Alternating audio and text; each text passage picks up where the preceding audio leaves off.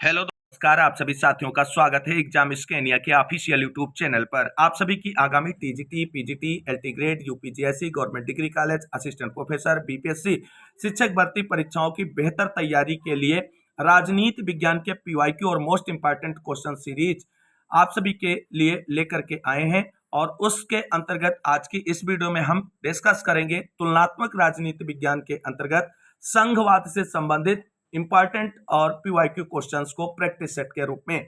आप सभी से निवेदन है कि वीडियो को बिना स्किप किए हुए अंत तक देखें और प्लीज वीडियो को लाइक करें, दोस्तों में शेयर करें। जितने भाई बहन चैनल पर पहली बार विजिट कर रहे हैं और अभी तक चैनल से नहीं जुड़े हैं तो प्लीज चैनल को सब्सक्राइब करके बेल आइकन जरूर दबा लें, आगे की तैयारी को फ्री ऑफ कास्ट जारी रखने के लिए। जल्द ही हिस्ट्री के पीवाईक्यू क्वेश्चंस का प्रैक्टिस सेट भी आप सभी के बीच में लेकर के आने वाले हैं।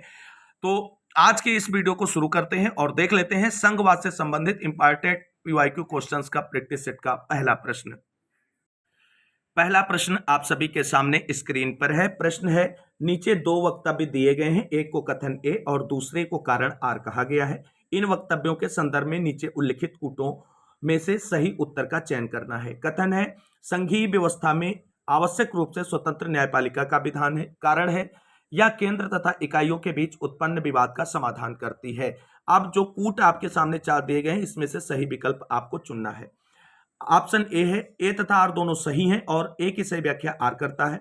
ऑप्शन बी, ए तथा आर दोनों सही हैं किंतु ए की सही व्याख्या आर नहीं करता है। ऑप्शन सी, ए सही है किंतु आर गलत है। और ऑप्शन डी, ए गलत है किंतु आर सही है। और राइट आंसर यहां पर होगा ऑप्शन नंबर ए तथा आर दोनों सही हैं और ए की सही व्याख्या आर करता है। अगला प्रश्न देखते हैं।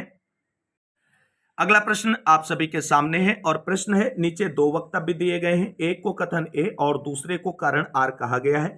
इन वक्तव्यों के संदर्भ में नीचे उल्लिखित कूटों में से सही उत्तर का चयन कीजिए। कथन है, संघात्मक ढांचे में केंद्रीय सरकार का शक्तिशाली होना स्वाभाविक है। कारण देखते हैं। कारण है, शक्तिशाली केंद्र के लिए 5 कारक उत्तरदायी हैं। युद्ध राजनीति, मंदी की राजनीति, तकनीक की राजनीति, आर्थिक अनुदान की राजनीति एवं दलीय राजनीति। अब कथन और कारण से संबंधित 4 कूट आप सभी के सामने है। राइट आंसर आप सभी को कमेंट करके बताना है। तो इस प्रश्न का राइट आंसर होगा ऑप्शन नंबर ए तथा आर दोनों सही हैं और ए की सही व्याख्या भी आर करता है। अगला प्रश्न देखते हैं। अगला प्रश्न आप सभी के सामने है और प्रश्न है, भारतीय संघीय व्यवस्था की विशेषता है। शक्तियों का बंटवारा, शक्तियों का पृथक्करण, स्वतंत्र न्यायपालिका, प्रधानमंत्री का नेतृत्व। अब इनमें से सिलेक्ट करके आपको बताना है कि कौन कौन सी भारतीय संघीय व्यवस्था की विशेषताएं हैं। तो यहां पर आप सभी को बता दें, शक्तियों का बंटवारा और स्वतंत्र न्यायपालिका, ये दोनों भारतीय जो है संघीय व्यवस्था की विशेषताएं हैं और इस प्रकार यहां पर right answer option number C आपका बन जाएगा। अगला प्रश्न देखते हैं और अगला प्रश्न आप सभी के सामने है, संघात्मक व्यवस्था का मुख्य लक्षण क्या है। प्रांतीय सरकारें सर्वोच्च होती हैं, राजनीतिक दल सर्वोच्च होते हैं, शक्तियों का एकत्रीकरण होता है, संविधान की सर्वोच्चता होती है। बहुत ही अच्छा प्रश्न है और राइट आंसर होगा ऑप्शन नंबर डी, संविधान की सर्वोच्चता होती है संघात्मक व्यवस्था में। अगला प्रश्न देखते हैं।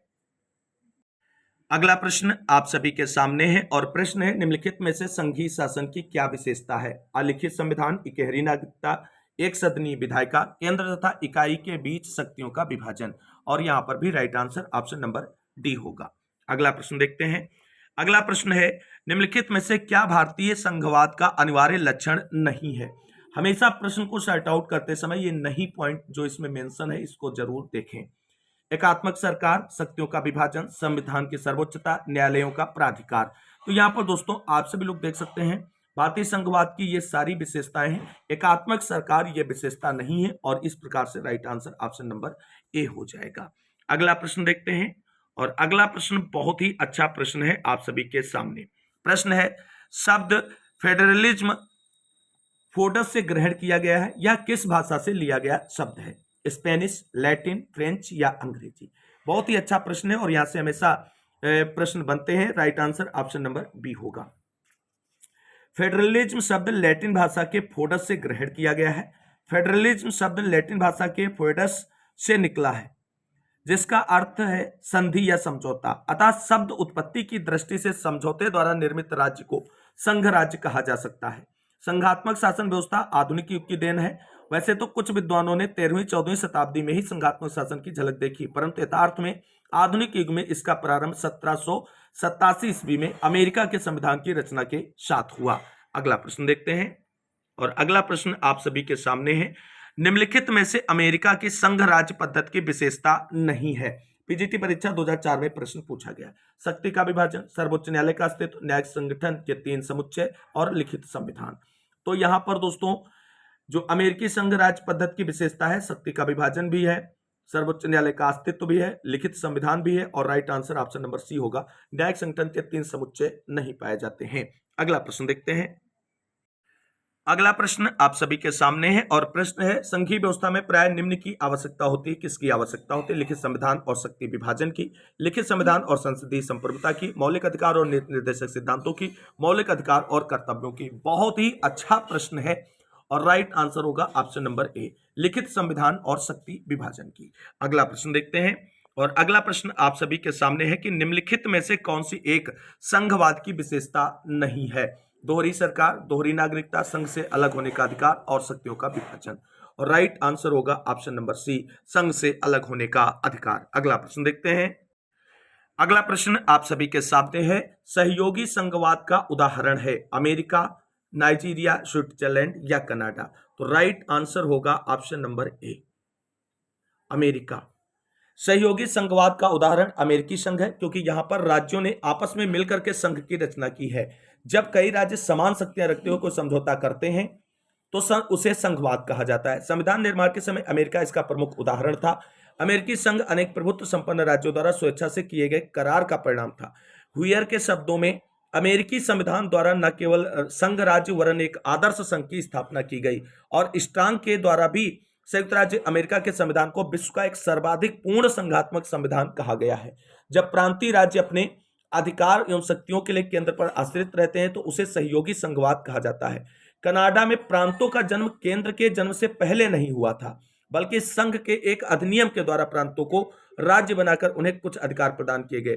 अतः कनाडा, ये सहयोगी संघवाद का कनाडा भी उदाहरण है, लेकिन यहां पर अमेरिका बिल्कुल राइट आंसर होगा आप सभी के लिए। अगला प्रश्न देखते हैं। अगला प्रश्न आप सभी के सामने है। कितना इंपॉर्टेंट प्रश्न है, इसे आप सभी लोग देख सकते हैं कितनी बार परीक्षाओं में पूछा गया है उसकी नजर से। निम्नलिखित में से कौन सी भारतीय संघवाद को सहयोगी संघवाद के रूप में परिभाषित करता है? Morris Jones, KC Wheare, Livingstone, Granville Austin. Right answer होगा option number D, Granville Austin. Granville Austin ने अपनी पुस्तक द इंडियन कॉन्स्टिट्यूशन में भारतीय संघवाद को सहयोगी संघवाद के रूप में परिभाषित किया है। इसके अनुसार भारत में प्रबल केंद्रीय सरकार है, फिर भी इसका परिणाम यह नहीं कि प्रांतीय सरकारें कमजोर होकर केंद्रीय राजनीति के प्रशासनिक अभिकरण का मात्र ही बन जाएं। अगला प्रश्न देखते हैं, और अगला प्रश्न आप सभी के सामने है। संघात्मक सरकार के सफल संगठन हेतु आवश्यक शर्तें क्या हैं? भौगोलिक समीपता, सामाजिक और राजनीतिक संस्थाओं में समानता, केंद्र राज्य संबंध और उपयुक्त सभी। तो इस प्रश्न का तो राइट आंसर आपको मिल गया होगा, ऑप्शन नंबर डी, उपयुक्त सभी। यहां पर एक पॉइंट ध्यान रखना है, केसी हुएर ने अपनी पुस्तक फेडरल गवर्नमेंट में जो है कुछ संघात्मक व्यवस्था की स्थापना के लिए तत्वों को उत्तरदायी माना है, जिसमें सैनिक असुरक्षा की भावना, आर्थिक लाभ की आशा, राजनीतिक संस्थाओं में समानता, विदेशी शक्तियों से स्वतंत्र रहने की इच्छा, विभिन्न राजनीतिक इकाइयों में राजनीतिक मेलजोल का होना, ये कुछ चीजें वहां पर मेंशन की गई हैं। अगला प्रश्न देखते हैं। अगला प्रश्न आप सभी के सामने है और इंपॉर्टेंट प्रश्न है। भारतीय और अमेरिकी संघवाद में जिस एक बिंदु पर समानता पाई जाती है वह क्या है? अवशिष्ट शक्तियों का केंद्र के पास होना, अवशिष्ट शक्तियों का राज्य के पास होना, कुछ विषयों में समवर्ती अधिकार का होना, ऑप्शन डी, केंद्र और राज्य के बीच विवाद होने पर सर्वोच्च न्यायालय का पंचायत करना। और राइट आंसर यही होगा, ऑप्शन नंबर डी। अगला प्रश्न देखते हैं, और अगला प्रश्न आप सभी के सामने है। भारतीय संघवाद अमेरिकी संघवाद के इसलिए निकट है क्योंकि दोनों देशों में क्या है? अवरोध तथा संतुलन प्रणाली है, एक सर्वोच्च न्यायालय है, राष्ट्रपति वास्तविक सर्वोच्च कार्यपालक है, उपरोक्त में से कोई नहीं। और राइट आंसर यहां पर होगा ऑप्शन नंबर बी, एक सर्वोच्च न्यायालय है। अगला प्रश्न देखते हैं, और प्रश्न है निम्नलिखित में से किसने भारतीय संघवाद को सौदेबाजी का संघ कहा है? बहुत ही अच्छा प्रश्न है। Morris Jones, Granville Austin, Marcus F Franda, KC Wheare. और राइट आंसर होगा option number A, Morris Jones ने भारतीय संघवाद को सौदेबाजी का संघवाद कहा है, और ये बात उन्होंने अपनी प्रसिद्ध पुस्तक इंडियन गवर्नमेंट एंड पॉलिटिक्स में कही है। पुस्तक का नाम भी आपको ध्यान रखना है, कई बार डायरेक्ट पुस्तक का नाम पूछ लिया जाता है और उसके लेखक के बारे में भी पूछा जाता है। अगला प्रश्न देखते हैं। अगला प्रश्न आप सभी के सामने है और प्रश्न है, निम्नलिखित में से किस देश का संविधान एक संघीय दृष्टांत का नहीं है? संयुक्त राज्य अमेरिका, स्विट्जरलैंड, ऑस्ट्रेलिया और ग्रेट ब्रिटेन। और राइट आंसर यहां पर होगा आप सभी का option number D, great Britain. अगला प्रश्न देखते हैं। अगला प्रश्न है, निम्नलिखित युग्मों में से कौन सा युग्म सही सुमेलित नहीं है? टीजीटी की परीक्षाओं में 2 बार पूछा जा चुका है। भारत संघात्मक, ऑस्ट्रेलिया संघात्मक, अमेरिका संघात्मक और ब्रिटेन संघात्मक। राइट आंसर यहां पर होगा दोस्तों ऑप्शन नंबर डी, ब्रिटेन संघात्मक। ये सही में सुमेलित नहीं है क्योंकि ब्रिटेन आप सभी लोग जानते हैं एकात्मक व्यवस्था अपनाता है। अगला प्रश्न देखते हैं और अगला प्रश्न है, भारतीय संघवाद के उदाहरण को सर्वोत्कृष्ट किस नाम से विश्लेषित किया जा सकता है? विशुद्ध संघवाद, शास्त्रीय संघवाद, अर्ध संघवाद या प्राचीनतम संघवाद। तो राइट आंसर होगा भारतीय संघवाद को सर्वोत्कृष्ट नाम अगर कोई दिया जाए तो उसे अर्ध संघवाद कहा जा सकता है। कौन सा? अर्ध संघवाद कहा जा सकता है। यहां पर कुछ पॉइंट आपको स्पष्ट समझने होंगे। क्या कि भारतीय संघवाद को अर्ध संघवाद के रूप में विश्लेषित किया जाता है? केसी वेयर ने अपनी पुस्तक मॉडर्न कॉन्स्टिट्यूशन में भारतीय संघवाद के अर्ध संघीय प्रणाली कहा है। उच्चतम न्यायालय ने भी कई वादों में हमारे संविधान को परिसंघीय बताया है। केशवानंद भारतीय वाद में परसंघीय संरचना को आधारभूत लक्षण माना गया। 1983 में गठित सरकारिया आयोग जो केंद्र और राज्य के संबंधों पर आधारित था, उसने भी भारतीय संविधान को परसंघीय माना है। अतः भारतीय संविधान परसंघीय यानी अर्ध संघीय क्वासी फेडरल है। और प्राचीनतम संघवाद का उदाहरण अमेरिका में मिलता है, उसे संघवाद की जननी भी कहा जाता है। अगला प्रश्न देखते हैं। अगला प्रश्न आप सभी के सामने है। प्रश्न है, भारतीय संविधान सहायक एकात्मक विशेषताओं सहित एक संघीय राज्य की स्थापना के स्थान पर सहायक संघीय विशेषताओं सहित एक एकात्मक राज्य की स्थापना करता है। किसने कहा था? केसी वेयर, सर आइवर जेनिंग्स, के एम पटकर, बी आर अम्बेडकर। बहुत अच्छा प्रश्न है और अगर आपने यहाँ पर अम्बेडकर का नाम देख करके ये ऑप्शन चुना है तो आपका राइट आंसर नहीं होगा, यहाँ पर आपको नंबर नहीं मिलेगा, ये ऑप्शन गलत हो जाएगा। राइट आंसर है option number A, K C Wheare. K C Wheare ने कहा है कि भारतीय संविधान सहायक एकात्मक विशेषताओं सहित एक संघीय राज्य की स्थापना के स्थान पर सहायक संघीय विशेषताओं सहित एक एकात्मक राज्य की स्थापना करता है। जबकि डॉक्टर भीमराव अम्बेडकर ने कहा है कि भारतीय संविधान को संघात्मकता के तंग ढांचे में नहीं ढाला गया। ये स्टेटमेंट ज्यों का त्यों पूछा जा सकता है, आप सभी लोगों को इसे ध्यान रखना है। अगला प्रश्न देखते हैं और अगला प्रश्न है, निम्न में से कौन एक भारतीय संघीय व्यवस्था का लक्षण नहीं है? शक्तियों का विभाजन, राष्ट्रपति का नेतृत्व, एक लिखित संविधान, स्वतंत्र न्यायपालिका। और राइट आंसर होगा ऑप्शन नंबर बी, राष्ट्रपति का नेतृत्व।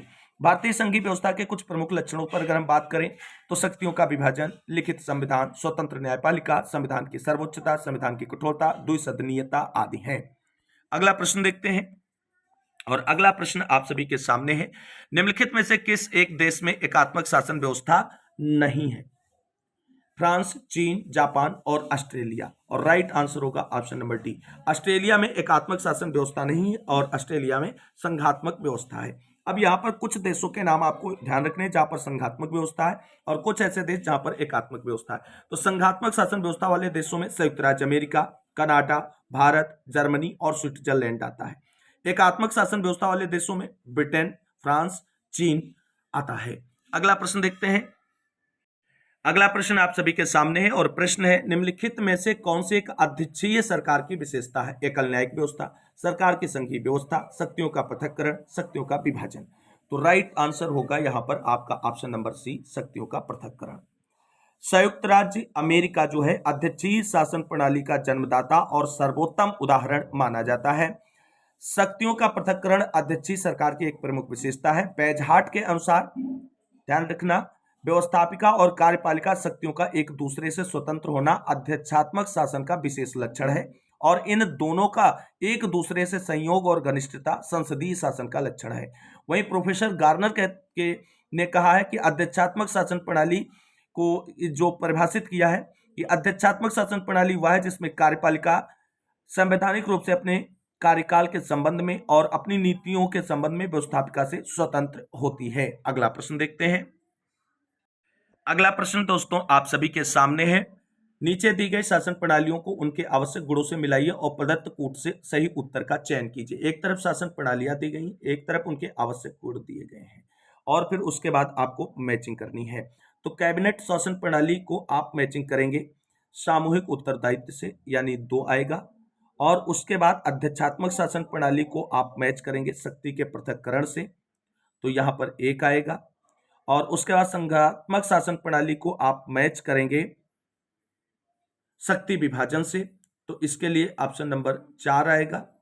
और एकात्मक शासन प्रणाली को आप मैच करेंगे शक्तियों के संकेंद्रण से, तो यहां पर आपका 3 आ जाएगा। तो इस तरीके से 2 1 4 3 2 1 4 3 और राइट आंसर ऑप्शन बी यहां पर बन रहा है। अगला प्रश्न देखते हैं। अगला प्रश्न आप सभी के सामने है और प्रश्न है, निम्न में से किस देश में संसदीय और अध्यक्षीय तरह की सरकारों का सम्मिश्रण विद्यमान है? ब्रिटेन में, फ्रांस में, संयुक्त राज्य अमेरिका में और चीन में। पीजीटी परीक्षा में पूछा गया प्रश्न है और राइट आंसर इसका होगा ऑप्शन नंबर बी, फ्रांस में। अगला प्रश्न देखते हैं और अगला प्रश्न आप सभी के सामने है। प्रश्न है, निम्नलिखित युग्मों में से सही युग्म नहीं है। ब्रिटेन एकात्मक, अमेरिका एकात्मक, ऑस्ट्रेलिया संघात्मक, भारत संघात्मक। और राइट आंसर होगा ऑप्शन नंबर बी, अमेरिका में एकात्मक नहीं संघात्मक व्यवस्था पाई जाती है और अमेरिका को आधुनिक संघवाद का जनक माना जाता है। अगला प्रश्न आप सभी के सामने है। प्रश्न है, संघ राज्य पद्धति का सार है कि वह केंद्र और राज्यों के बीच द्विमार्गी यातायात है जो थोड़ी सी पारस्परिकता और सामंजस्य चाहता है। यदि ऐसी संघ व्यवस्था है उसे कहा जाएगा, क्या कहा जाएगा? पूरक संघ व्यवस्था, प्रतिस्पर्धात्मक संघ व्यवस्था, सहकारी संघ व्यवस्था, सौदेबाजी की संघ व्यवस्था। तो राइट आंसर होगा ऑप्शन नंबर सी, सहकारी संघ व्यवस्था। अगला प्रश्न देखते हैं। अगला प्रश्न है, जो विचारक राज्यों को संघों का संघ मानते हैं उन्हें क्या कहा जाता है? समाजवादी, संघवादी, अराजकतावादी या बहुलवादी?